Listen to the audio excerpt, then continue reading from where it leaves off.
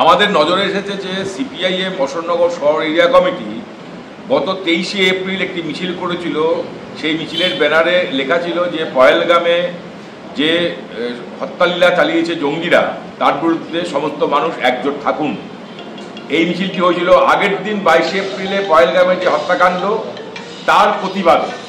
কিন্তু গতকাল সেনাদের হাতে, ভারতীয় সেনাদের হাতে জঙ্গিরা যারা খুন হয়েছেন কাশ্মীরে, এইটার সঙ্গে এমনভাবে যুক্ত করে দেওয়া হলো যেন মনে হচ্ছে জঙ্গিদের যে খুন হলেন তার বিরুদ্ধে বুঝি সিপিআইএম মিছিল করছে। এটা হচ্ছে সর্বৈব মিথ্যে, নির্জলা। এটা শুধু আমাদের বিরুদ্ধে না, মিলিটারি যারা প্রেস কনফারেন্স করছেন, যারা জঙ্গির হাতে নিহত হয়েছেন, তার স্ত্রী, এমনকি বিদেশ সচিব, তাদের বিরুদ্ধেও তারা একই রকম কুৎসা করছে।